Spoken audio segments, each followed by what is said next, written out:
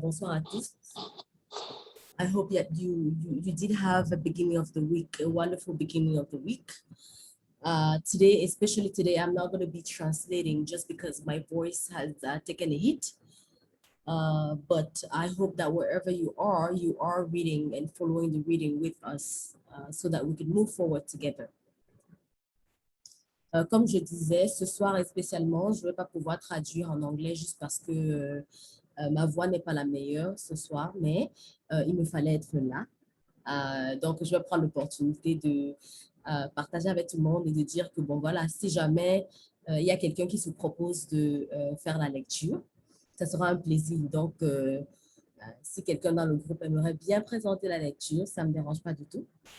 Je pense l'avoir déjà dit. Donc, il faudrait juste me dire le jour où vous êtes disponible et avoir une bonne connexion Internet, c'est important. Comme ça, parce que la lumière, souvent, c'est un petit problème. Donc, si déjà vous êtes disponible et vous voulez présenter, vous me laissez savoir. Mais il y a des fois comme ça où je ne serai pas disponible de traduire. Mais s'il y a quelqu'un qui parle anglais dans le groupe présentement, forcément, je vais traduire. Mais en regardant toute la liste de personnes qui sont là, il n'y a que les francophones. Alors, avant de commencer notre lecture, j'invite toujours quelqu'un à prier pour nous. S'il y a quelqu'un qui veut prier. Oui, je prie. Oui, vas-y, Wycliffe. Au nom du Père et du Fils et du Saint-Esprit. Amen. Merci, Seigneur Jésus, de nous avoir accordé la grâce d'être fidèles au rendez-vous et pour partager ta parole. La raison qui nous pousse à être là à chaque rencontre, c'est que nous sommes en quête de toi, Seigneur. Nous te cherchons, Seigneur. Nous apprenons toujours à te connaître à travers ta parole. On dit souvent que la foi vient, ce qu'on entend vient de la parole de Dieu. Et pour cela, nous devons toujours nourrir nos âmes à travers ta parole. Toi qui vis réel pour les siècles des siècles. Amen. Amen. Amen. Amen. Est-ce que je peux inviter quelqu'un à lire je pourrais peut-être commencer par les 5 premiers versets. Nous sommes au chapitre 16 du livre des Actes. Il se rendit ensuite à Derbe et à Lystre, et voici, il y avait là un disciple nommé Timothée, fils d'une femme juive fidèle et d'un père grec. Les frères de Lystre et d'Icône rendaient de lui un bon témoignage. Paul voulut l'amener avec lui, et l'ayant pris, il le circoncit, à cause des Juifs qui étaient dans ces lieux-là, car tous savaient que son père était grec. En passant par les villes, il recommandait aux frères d'observer les décisions des apôtres et des anciens de Jérusalem. Les églises se fortifiaient dans la foi et augmentaient en nombre de jour en jour. Est-ce que Lioncel peut continuer pour nous du verset 5 à 10, s'il te plaît?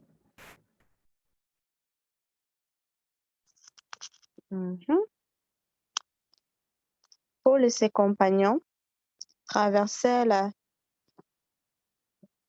Phrygie et le pays de Galate, car le Saint-Esprit les avait empêchés de dire la parole dans les provinces d'Asie. Arrivés en Mysie, ils essayaient d'atteindre la Bithynie, mais l'Esprit de Jésus s'y opposa. Ils longèrent alors la Mysie et descendirent jusqu'à Troas. Pendant la nuit, Paul eut une vision. Un Macédonien lui apparut, debout, qui lui faisait cette demande: passe en Macédoine et viens à notre secours. À la suite de cette vision de Paul, nous avons aussitôt cherché à partir pour la Macédoine, car nous en avons déduit que Dieu nous appelait à y porter la bonne nouvelle. Wycliffe, est-ce que tu peux lire pour nous du verset 11 au 15, s'il te plaît? D'accord. De toi, nous avons gagné le large et filé tout droit sur l'île de Samothrace. Puis, le lendemain, sur Néapolis, et ensuite sur Philippe, qui est une cité du premier district de Macédoine et une colonie romaine. Nous avons passé un certain temps dans cette ville. Et le jour du sabbat, nous en avons franchi la porte pour rejoindre le bord de la rivière, où nous pensions trouver un lieu de prière. Nous nous sommes assis et nous avons parlé aux femmes qui s'étaient réunies.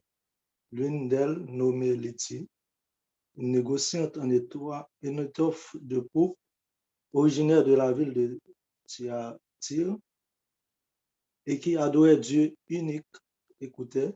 Le Seigneur lui ouvrit l'esprit pour la rendre attentive à ce que disait Paul. Quand elle fut baptisée, elle et tous les gens de sa maison, elle nous adressa cette invitation. Si vous avez reconnu ma foi au Seigneur, venez donc dans ma maison pour y demeurer. C'est ainsi qu'elle nous a forcé la main. Merci beaucoup. Merci beaucoup. Est-ce que Didier peut lire pour nous de 16 à 20, s'il te plaît? Ok. Alors que nous nous rendions au lieu de prière, une jeune esclave qui avait un esprit de divination est venue à notre rencontre par ses prédictions. Elle procurait un grand profit à ses maîtres. Elle s'était mise à nous suivre, Paul et nous, en criant, « Ces hommes sont des serviteurs de Dieu très haut, et ils nous annoncent le chemin du salut. » Elle a fait cela pendant plusieurs jours. Paul agacé s'est retourné et a dit à l'esprit, « Je t'ordonne au nom de Jésus Christ de sortir d'elle. » Il est sorti au moment même. Quand les maîtres de la servante ont vu disparaître l'espoir de leur gain, ils se sont emparés de Paul et Silas et les ont traînés sur la place publique devant les magistrats. Ils les ont présentés aux juges en disant, « Ces hommes sèment le trouble dans notre ville. Ce sont des Juifs. » Est-ce que William peut lire pour nous de 21 jusqu'à 25?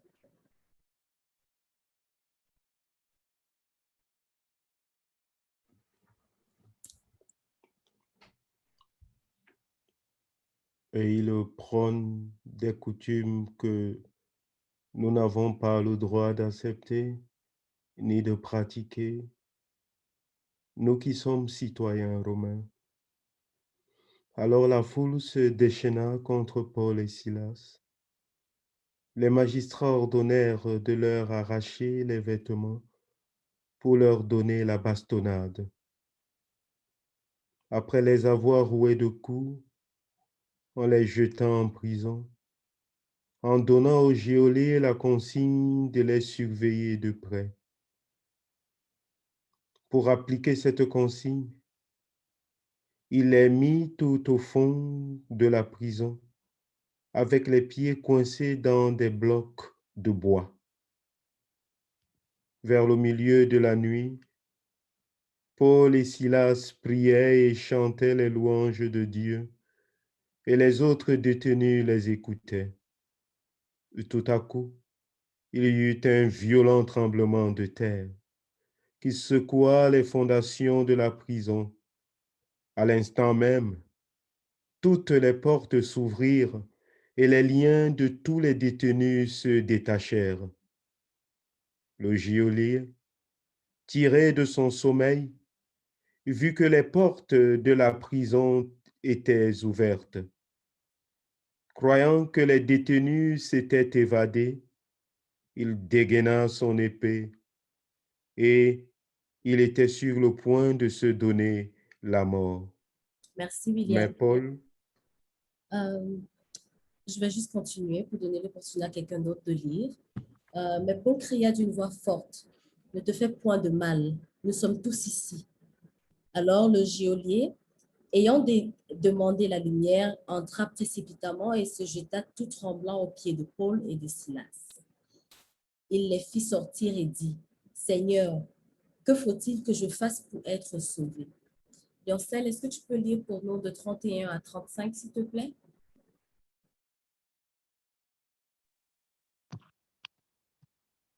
Ils lui répondirent, crois au Seigneur Jésus, et tu seras sauvé, toi et toute ta maison.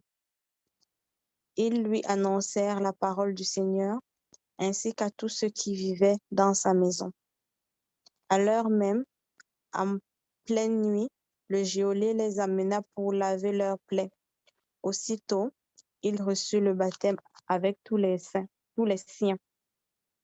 Puis il fit monter chez lui Paul et Silas. Il fit préparer la table et avec toute sa maison, il laissait déborder sa joie de croire en Dieu. Quand il fit jour, les magistrats envoyèrent leur garde dire au geôlier, relâche ces gens.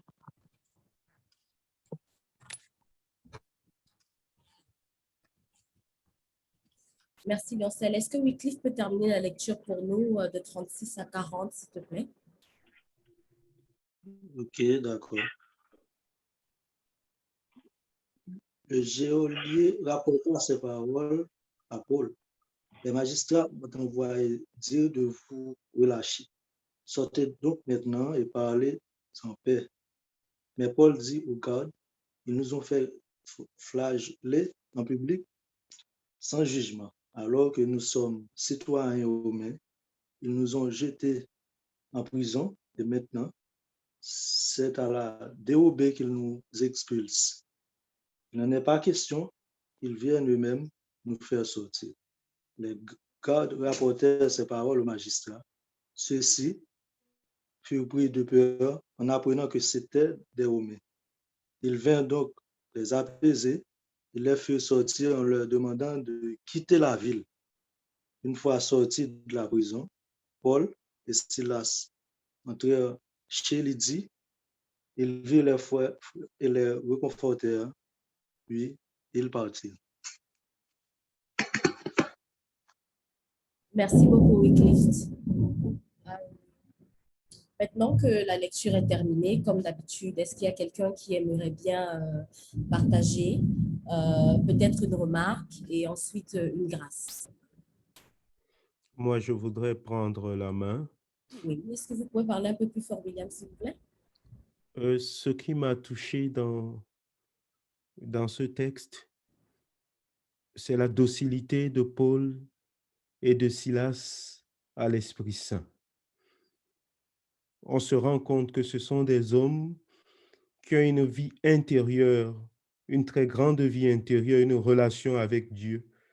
Et ils sont capables de sentir la mission que Dieu les confie et ils sont ensuite capables de répondre en étant dociles à l'Esprit Saint.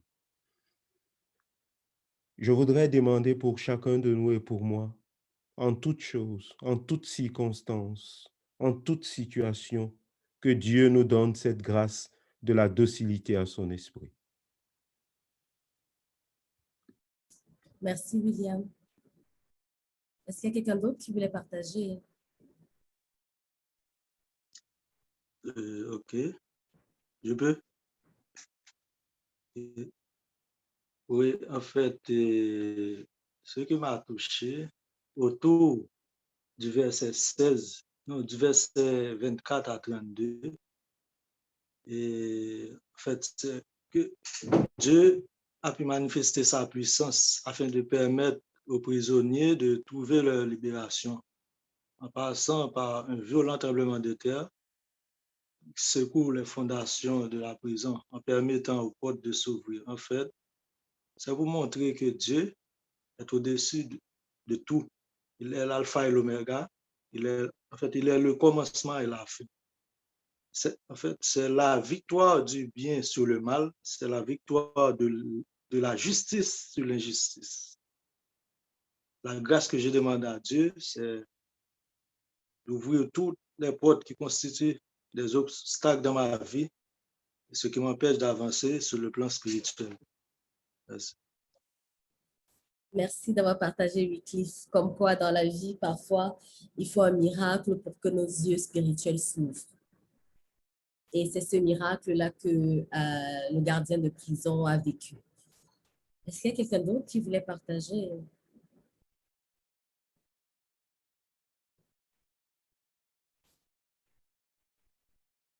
Tout comme William, ce qui me touchait quand je lisais, c'était le verset 16 et 18.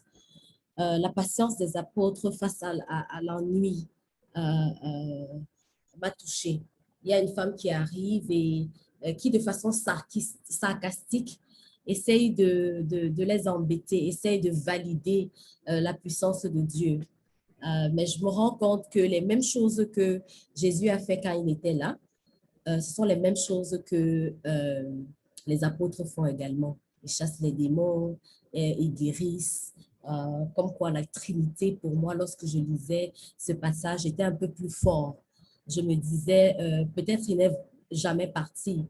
Et ça m'a fait me rappeler que lorsqu'on lisait le livre de Marc, et même au début du livre des apôtres, il nous a dit, pourquoi est-ce que vous êtes, il a dit à ses apôtres, pourquoi est-ce que vous êtes tristes?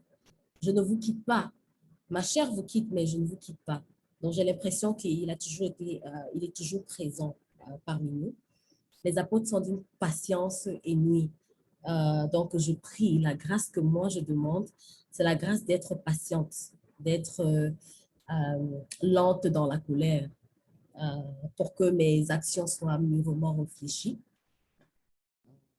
Mais déjà, je remercie le Seigneur parce que c'est déjà une grâce de comprendre certains écrits bibliques, je pense. Est-ce qu'il y a quelqu'un d'autre qui voulait partager? Didier, oui? Bon, moi, ce qui me marque, c'est le verset 27 à 28. Pourquoi? Parce que Paul et Silas sont restés en prison et bien que les murs de la prison se soient effondrés et que les portes se soient ouvertes, ils ne sont pas partis, ils ont cru en Dieu. Bon, ce que je constate, c'est que les enfants de Dieu, normalement, ne doivent pas fuir face à certaines situations. Ils doivent garder la foi et laisser le Seigneur agir, car il est un Dieu de vérité et de justice. Donc, la grâce que je demande au Seigneur, c'est de d'avoir cette foi là face à certaines situations, de ne pas reculer, de ne pas fuir, mais d'implorer sa justice et sa vérité afin que qu'il puisse triompher face à tous les problèmes que je rencontre dans la vie. Merci beaucoup, Didier. Est-ce qu'il y a quelqu'un d'autre qui voulait Oui, partager? je voudrais partager le verset 40. Une fois sortis de la prison, Paul et Silas entrèrent chez Lydie. Ils virent les frères et les réconfortèrent, puis ils partirent. Ce qui me frappe, en fait, c'est toujours dans la suite de Roussel, de Didier, le mot prison et de Wycliffe aussi. Et je me pose la question, quelles sont nos prisons? Quels sont ces lieux qui ont besoin de la présence de Dieu dans nos vies? Peut-être c'est à chacun de nous de faire son examen et de repérer cela. Et une fois que nous serons sortis de nos prisons, que nous soyons capables de réconforter nos frères. Parce que la mission, c'est de réconforter les autres, donner la vie aux autres, donner la paix, donner la joie aux autres. Que Dieu nous donne justement cette grâce du réconfort et de sortir de tous nos prisons. Que le Seigneur sache écouter nos prières. Est-ce qu'il y a quelqu'un d'autre qui voulait partager?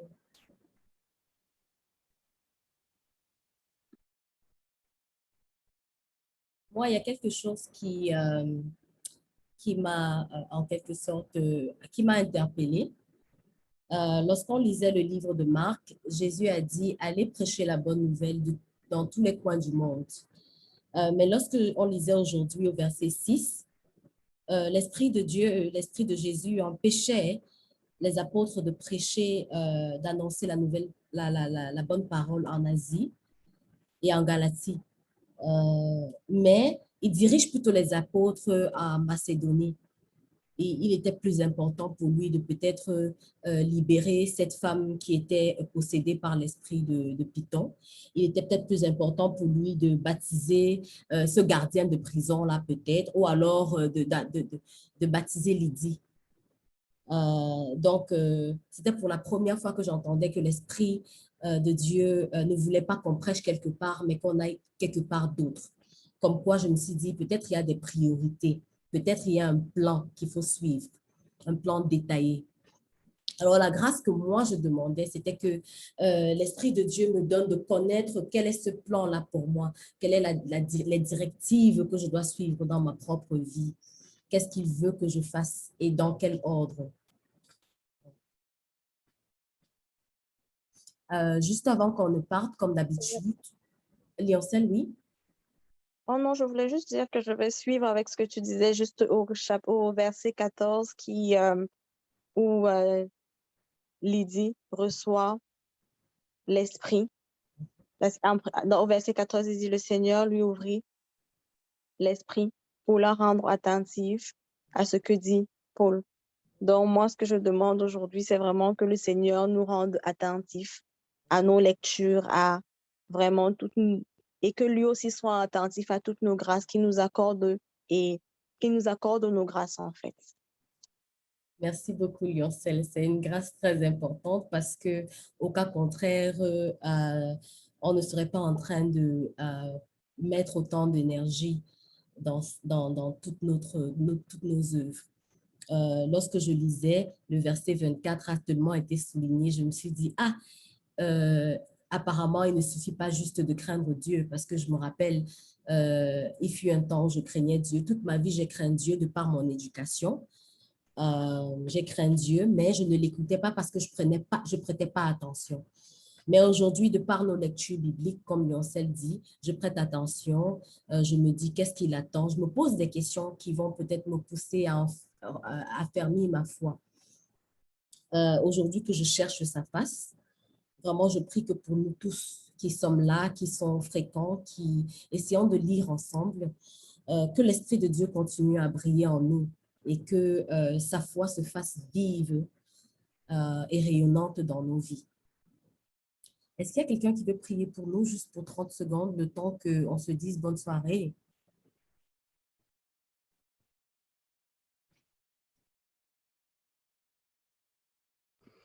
Dieu éternel et tout-puissant, toi qui as donné à Paul et à Silas d'annoncer la bonne nouvelle, toi qui leur as donné la grâce de l'Esprit Saint et de la docilité à cet esprit, toi qui leur as donné la grâce de rencontrer Lydie, et toi qui as ouvert Lydie à la connaissance de la parole, envoie-nous aussi cette même grâce, ces mêmes grâces, toi qui vis et règnes pour les siècles des siècles. Amen. Amen. Amen. Merci Amen. pour la prière. On se retrouve jeudi, et ça sera le 8 juillet à la même heure. En attendant que le Seigneur, comme Lioncel a dit, nous fasse grâce pour qu'on puisse comprendre nos lectures et toujours avoir foi en lui. Donc, on se retrouve jeudi. Bonne soirée. Bye. Bye, guys. Bye.